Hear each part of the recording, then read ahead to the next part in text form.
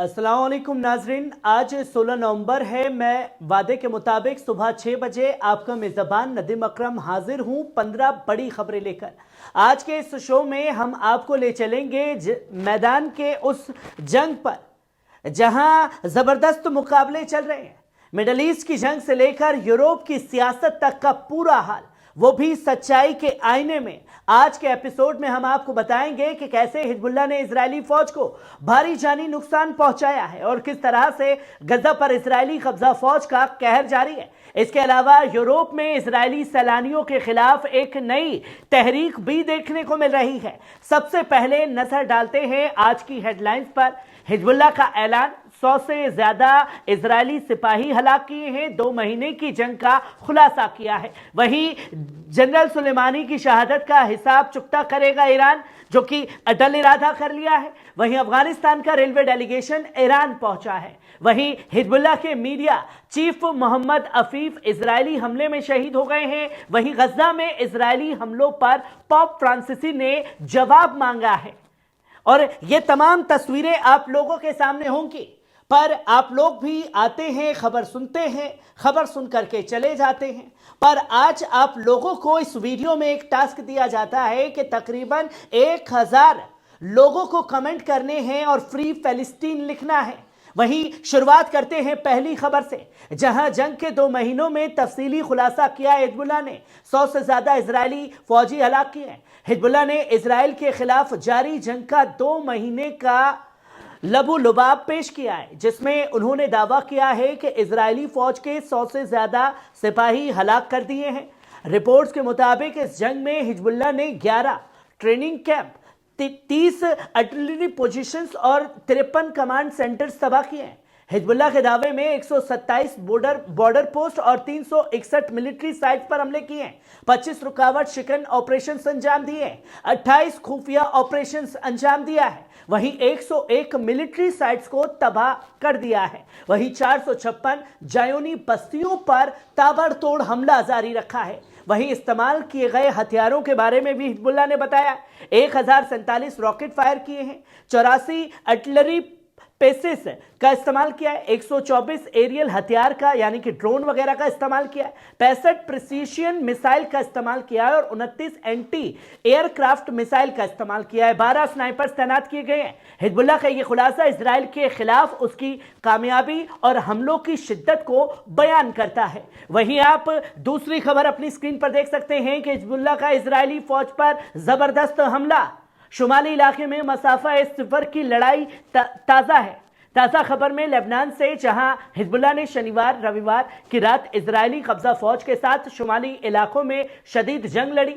Hezbollah के बयान के मुताबिक उनके मुजाहिदीनों ने शमा गवा के मशरिक किनारे इजरायली फौज पर घात लगाकर हमला किया। शनिवार रात 11:15 पर हिजबुल्लाह ने इजरायली फौज की एक टीम पर मसाफा सिफर से हमला किया, जिसमें राइफल और रॉकेट लॉन्चर्स का इस्तेमाल किया गया। इस हमले में इजरायली फौज को जानी नुकसान हुआ है और झड़पें अब भी लगातार जारी हैं। हिजबुल्लाह ने अपने बयान में फिलिस्तीनी अवाम और गजा की बहादुर रेजिस्टेंस का पूरा समर्थन किया है। साथ ही उन्होंने दिफा-ए-लेबनान और उसके अवाम की हिफाजत का भी ऐलान कर दिया है। हिजबुल्लाह ने कुल 26 अहम ऑपरेशंस को अंजाम दिया है, जिसमें उन्होंने मकबूजा इलाकों और सरहदी मुकामात पर निशाना साधा है। शाम को 7:45 पर हिजबुल्लाह ने हेफा शहर और करमेल इलाके में मौजूद कई मिलिट्री बेस पर सटीक रॉकेट हमले किए हैं। इन बेस में शामिल था निशेर बेस स्टेशन, जिसे पहली बार हिजबुल्लाह ने निशाना बनाया है। वहीं आप तीसरी खबर अपनी स्क्रीन पर देख सकते हैं कि रूस से हथियारों का रिकॉर्ड टूटा है। $55 अरब रूसी कंपनी रूस अब्रॉड एक्सपोर्ट के डायरेक्टर जनरल अलेक्जेंडर ने ऐलान किया है कि 2024 में किए गए हथियारों के एक्सपोर्ट और कॉन्ट्रैक्ट्स ने $55 अरब रिकॉर्ड मुकाम हासिल किया है। यह बयान चीन के शहर झुआई में हुए एरोश चाइना 2024 के दौरान स्पुतनिक एजेंसी ने दिया। उन्होंने बताया कि कुछ सालों में कंपनी के ऑर्डर बुक करीब $50 अरब कर थी, लेकिन अब कॉन्ट्रैक्ट्स ने इस आंकड़े को पार कर लिया है। मिखेव ने कहा है कि इस साल किए गए कॉन्ट्रैक्ट्स में रूसी मिलिट्री हार्डवेयर और सिविलियन टेक्नोलॉजी शामिल है। जो शमील देशों की अफवाज और सिक्योरिटी एजेंसियों के लिए सपोर्ट मुहैया कराएंगे। इस हफ्ते की शुरुआत में रूस अब्रॉन एक्सपोर्ट्स ने एक्सपोर्ट फाइटर जेट Su-57 को कॉन्ट्रैक्ट्स दस्तखत किए हैं और यह सौदा दोस्त देशों के साथ एरोश 2024 के दौरान किया गया है। वहीं आप चौथी खबर अपनी स्क्रीन पर देख सकते हैं।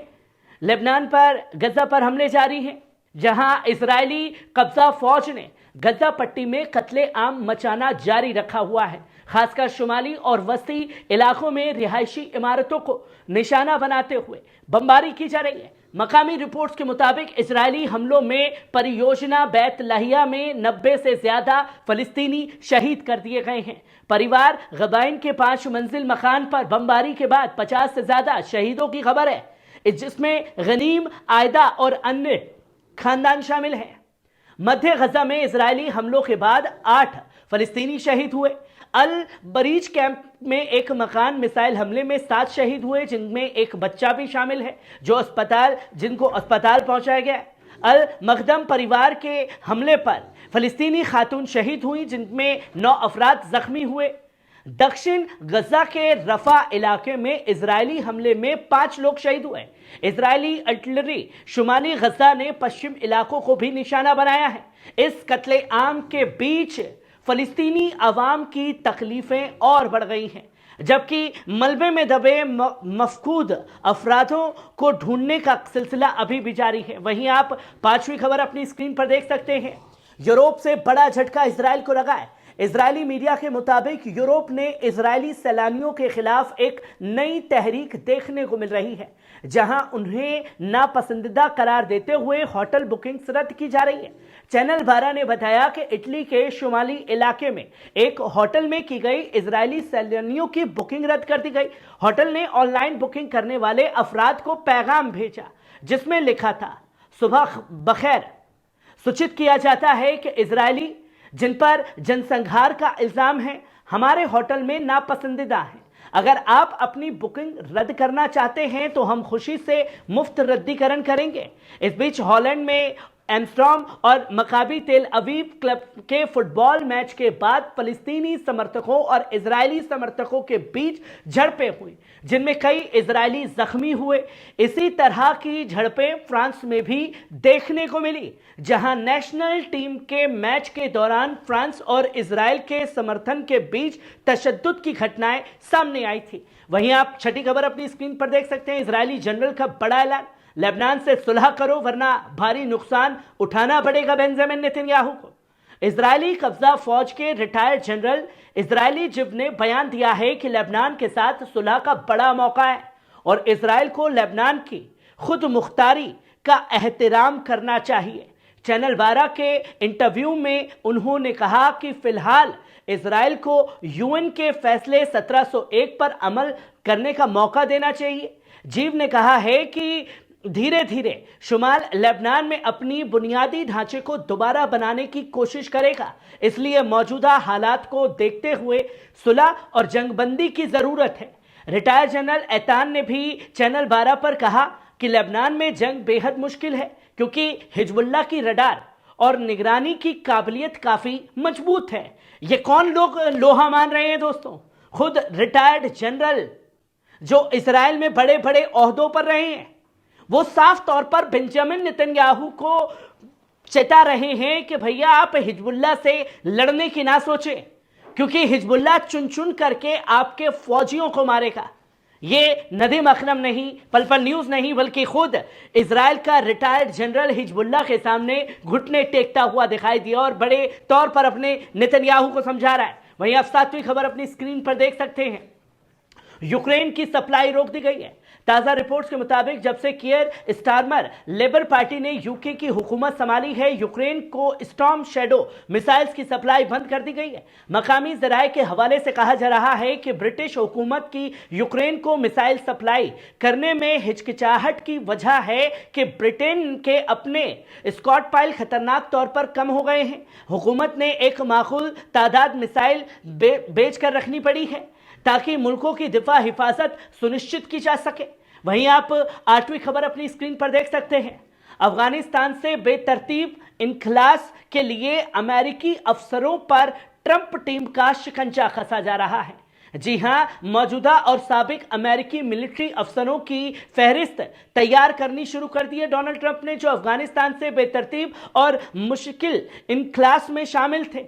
सूत्रों के मुताबिक ट्रंप की टीम इन अफसरों पर गंभीर इल्जामात लगाने पर गौर कर रही है, जिसमें गद्दारी जैसे संगीन इल्जामात भी शामिल किए गए हैं। वहीं आप 9वीं खबर अपनी स्क्रीन पर देख सकते हैं। दमिश्क में मुलाकात, बशर अल असद और ईरानी वजीर दिफा की अहम बातचीत।